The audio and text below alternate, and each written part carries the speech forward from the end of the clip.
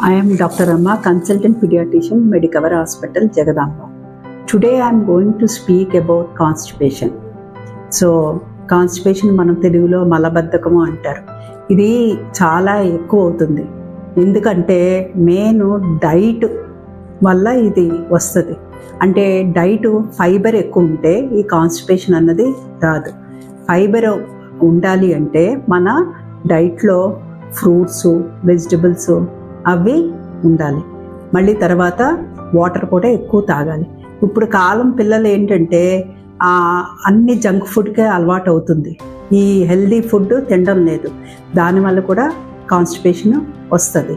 అందుకే డైట్లో vegetables, fruits ఉండేటట్టు చూసుకోండి. అదే కాకుండా ఇప్పుడు పిల్లలందరూ లేట్గా పడుకొని పొద్దున్న స్కూల్కి వెళ్ళాలంటే గబగబా వెళ్ళిపోయి పొద్దున్న టాయిలెట్కి వెళ్లకుండా వెళ్ళిపోతున్నారు. దానివల్ల కూడా ఈ ప్రాబ్లం వస్తుంది.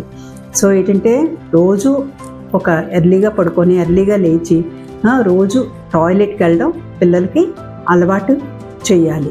దీనివల్ల ఏమవుతుందంటే వాళ్ళకి మోషన్ పాస్ చేయలేదనుకోండి, అది గట్టిగా హార్డ్గా అయిపోద్ది 2-3 రోజులు వెళ్తే.